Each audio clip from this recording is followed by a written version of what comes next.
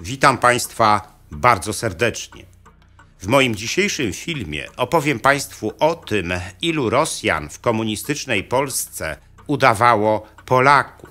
Dowiecie się, po co Rosjanie wysyłali swoich zaufanych ludzi do Polski i po co przez wiele lat udawali oni, że są Polakami. A złotymi patronami kanału są pani Ewa Szemraj i pan Andrzej Maciejewski z Alaski.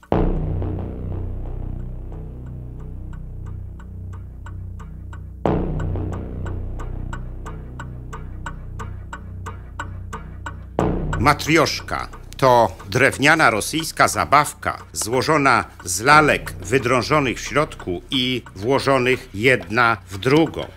Matrioszka to jeden z najbardziej rozpoznawalnych symboli Rosji. Ale w języku służb specjalnych matrioszka oznacza również sowieckich i rosyjskich nielegałów ulokowanych za granicą. Są to ludzie odpowiednio przeszkoleni, znający język i zwyczaje kraju, do którego są wysyłani. Matrioszki podobne są także do oryginałów, które mają zastąpić. Krótko mówiąc, ich rola jest rolą swoistego wtórnika. Matrioszki, gdy znajdą się za granicą, prowadzą podwójne życie, udając lojalnych obywateli kraju, w którym żyją. Bardzo często matrioszki podstawiane były przez sowiecki wywiad w miejsce konkretnych ważnych osób w krajach, do których były wysyłane. Było tak dlatego, że w przekonaniu sowieckiego wywiadu ich zwerbowanie czy skłonność do współpracy nie dawały jeszcze 100% gwarancji tego, że postąpią dokładnie tak, jak im nakażą mocodawcy z Kremla. O działalności matrioszek wiedzieli w sowieckim wywiadzie nieliczni oficerowie oraz najwyżsi sowieccy przywódcy. Działalność matrioszek nie jest wcale wymysłem tych, którzy uwielbiają teorie spiskowe. Matrioszki naprawdę istniały i mogą istnieć nadal. Po raz pierwszy dowiedzieliśmy się o istnieniu matrioszek, gdy w 1991 roku ukazała się książka Przerywam milczenie Bohdana Rolińskiego, która była wywiadem rzeką z byłym premierem PRL Piotrem Jaroszewiczem. To właśnie Jaroszewicz zakomunikował po raz pierwszy, że sowiecki wywiad w czasach komunistycznej Polski podmieniał polskich komunistów na wyszkolone i w pełni zależne od Kremla sobowtóry. Według Jaroszewicza to właśnie z powodu wiedzy o matrioszkach miał zginąć w 1947 roku w Bieszczadach generał Karol Świerczewski-Walter, ówczesny wiceminister obrony narodowej, który był hołubiony przez komunistyczną propagandę jako bohater II wojny światowej. Zdaniem Jaroszewicza Świerczewski był nałogowym pijakiem, znanym z rozwiązłego języka i dlatego Sowieci obawiali się, że może wygadać się na temat sowieckich matrioszek w Polsce, których nadzorem zajmował się wtedy generał NKWD Grigorij Żukow, z którym Świerczewski lubił biesiadować i od którego usłyszał na temat matrioszek.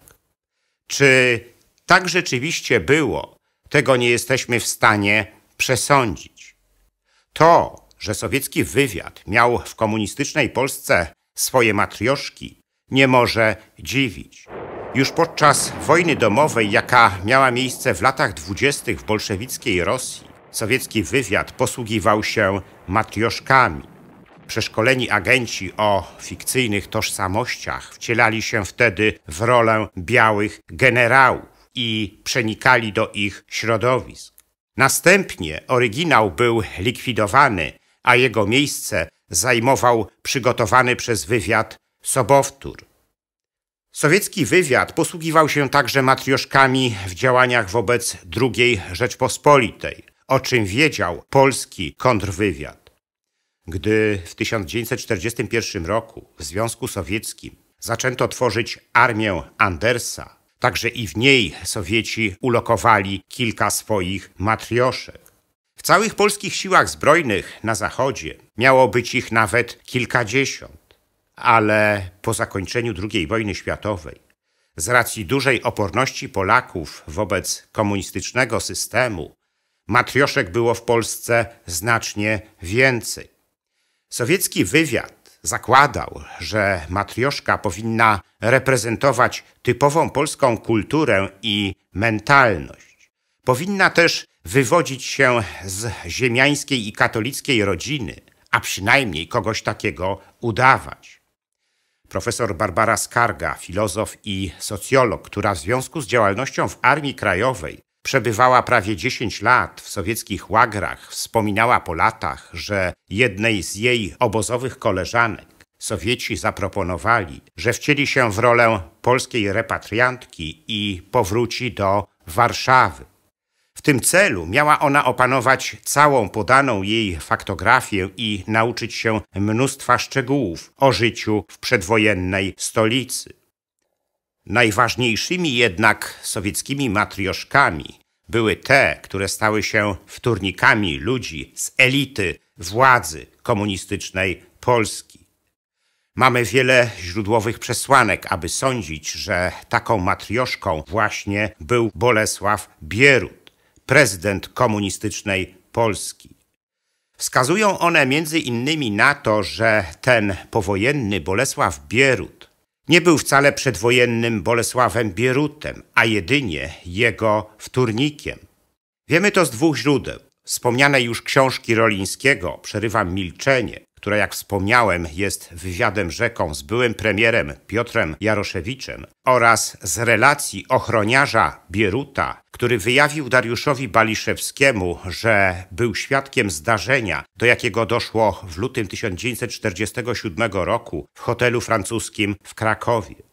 Otóż Bierut, wówczas jeszcze przewodniczący Krajowej Rady Narodowej, został ciężko postrzelony przez nieznanego zamachowca, który był przebrany w mundur oficera sowieckiego NKWD i Bierut miał skonać na oczach świadków.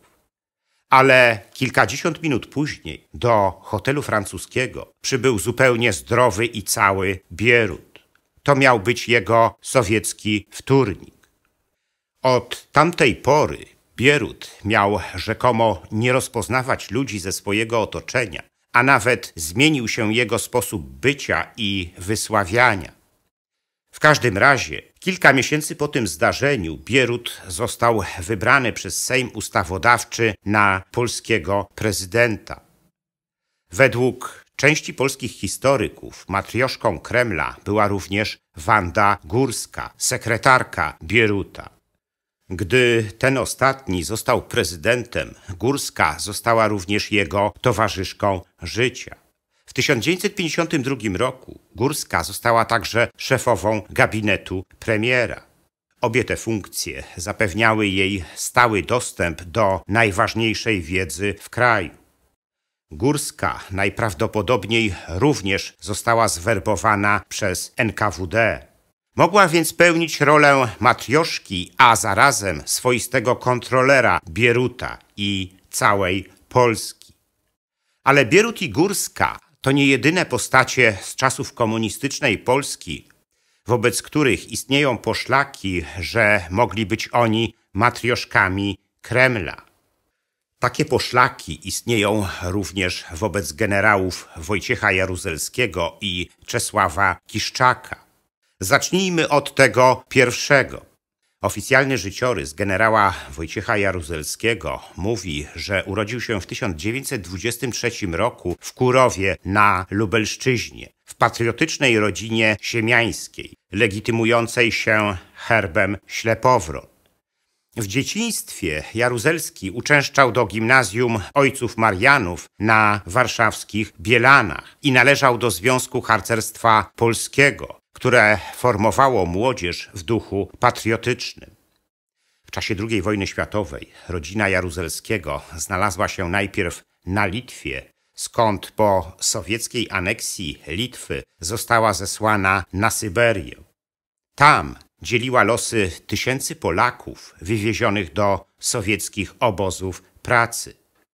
Co stało się dalej, tego dokładnie nie wiemy. Opowieści samego Jaruzelskiego na temat zesłania w Związku Sowieckim wydają się być mało wiarygodne.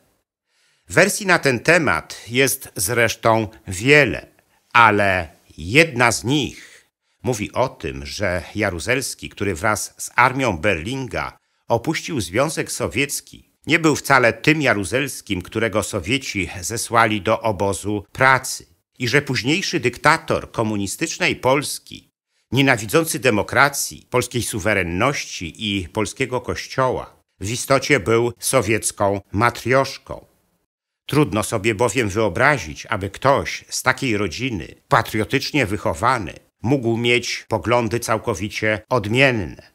W każdym razie pułkownik Lech Kowalski, historyk i autor biografii Jaruzelskiego, zatytułowanej Generał ze skazą, uważa tę hipotezę za wielce prawdopodobną. Ale równie prawdopodobne jest to, że prawa ręka Jaruzelskiego, generał Czesław Kiszczak, również mógł być sowiecką matrioszką. Kiszczak był w czasach Jaruzelskiego wszechwładnym szefem Ministerstwa Spraw Wewnętrznych, który przeszedł do historii jako konstruktor okrągłego stołu i politycznego kompromisu władzy z opozycją. Co ciekawe, Kiszczak miał być również oficerem prowadzącym agenta informacji wojskowej o pseudonimie Wolski, którym, jak wiadomo, był Jaruzelski. Zdaniem wielu historyków Kiszczak również mógł być sowiecką matrioszką. Temu problemowi poświęca swoją uwagę Piotr Wroński, były oficer wywiadu PRL i Urzędu Ochrony Państwa w książce Czas Nielegałów. Wprawdzie Wroński nie wymienia w swojej książce Kiszczaka z nazwiska, pisząc o niejakim Cze, ale podaje wystarczająco dużo faktów, aby nie wiedzieć, o kim pisze. W jego książce możemy przeczytać między innymi: Cze urodził się w małym miasteczku na południu Polski, blisko granicy z Niemcami. Jego ojciec był robotnikiem. W latach 30. cierpiał trochę biedę, bo jego ojca zwolniono z pracy.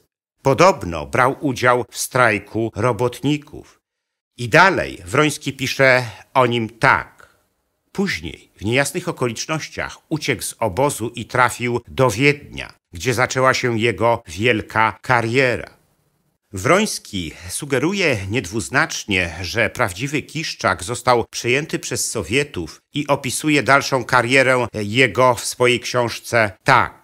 Ukończył szkołę PPR, służył w wojsku, w informacji wojskowej, pojechał na misję zagraniczną, w końcu został szefem wojskowych służb specjalnych, ministrem i wicepremierem. Zorganizował rozmowy z opozycją i długo żył spokojnie na emeryturze. Ale jak podkreśla Wroński w swojej książce, przed śmiercią obudził się w nim prawdziwy Sierioża, który przypomniał sobie Czepietowo, sąsiadów, ikony wiszące w wiejskiej chacie. Gdy zmarł, pochowano go na prawosławnym cmentarzu. Generała Kiszczaka też pochowano na prawosławnym cmentarzu. Czy zatem Kiszczak mógł być sowiecką matrioszką? Czytając książkę Wrońskiego, wygląda, że tak. Zresztą jego zdaniem Sowieci popełnili błąd, przyznając opisywanemu przez niego Cze order Wielkiej Wojny Ojczyźnianej I stopnia, który go zdekonspirował. Chyba że Cze, jeszcze jako Sierioża, walczył rzeczywiście na froncie i mógł taki order otrzymać. W III RP nasze służby kilkakrotnie trafiały na rosyjskie matrioszki. Jedną z nich, jak pisze Wroński, był pewien pracownik likwidowanej w latach 90. państwowej firmy, który sam miał przyznać się, że jest Rosjaninem i oficerem KGB, którego w 1956 roku zaopatrzono w dokumenty polskiego repatrianta i wysłano do Polski. Miał pracować w rejonie stacjonowania jednej z jednostek wchodzącej w skład północnej grupy wojsk radzieckich i chronić ją przed obcą agenturą. Wraz z nim miało przybyć do Polski 2 innych sowieckich nielegałów. Wiele wskazuje na to, że sowieckich matrioszek było w komunistycznej Polsce znacznie więcej. Zapewne są i dzisiaj, bo rosyjski wywiad działa tak, jak w czasach sowieckich. Przekonaliśmy się o tym, gdy w 2010 roku amerykańska FBI aresztowała Donalda Hetfielda i Tracy Foley, którzy byli matrioszkami rosyjskiego wywiadu i wcześniej nosili nazwiska Andrzej Bezrukow i Jelena Wawiłowa. Matrioszki rosyjskiego wywiadu mogą zatem być dzisiaj wszędzie. Dlaczego zatem nie miałoby ich być także w Polsce?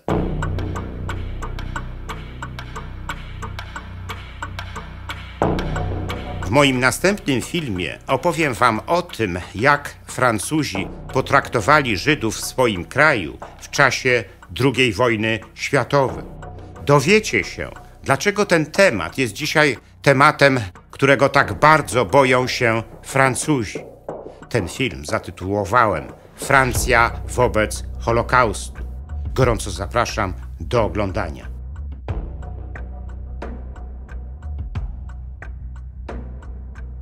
Na kanale Zakazane Historie postanowiliśmy emitować shortsy, bardzo krótkie filmy w trybie portretowym. Przedstawiamy w nich wypowiedzi, jakie padały ze strony ważnych postaci historycznych, które mogą być kwintesencją zdarzeń, w jakich oni uczestniczyli.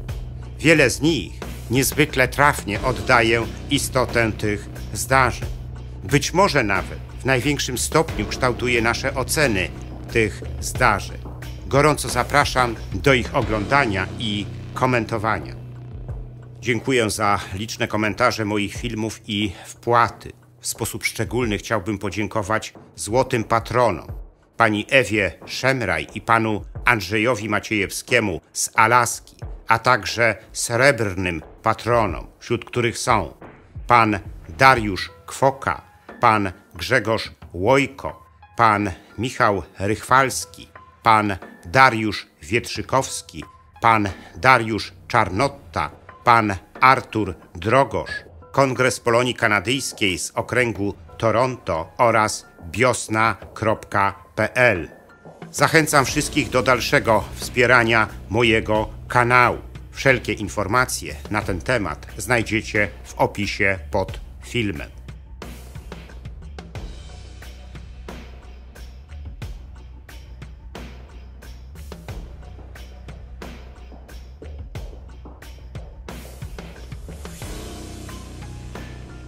Jeśli podobał się wam mój film, udostępnijcie go znajomym, dajcie łapkę w górę i kliknijcie subskrybuj.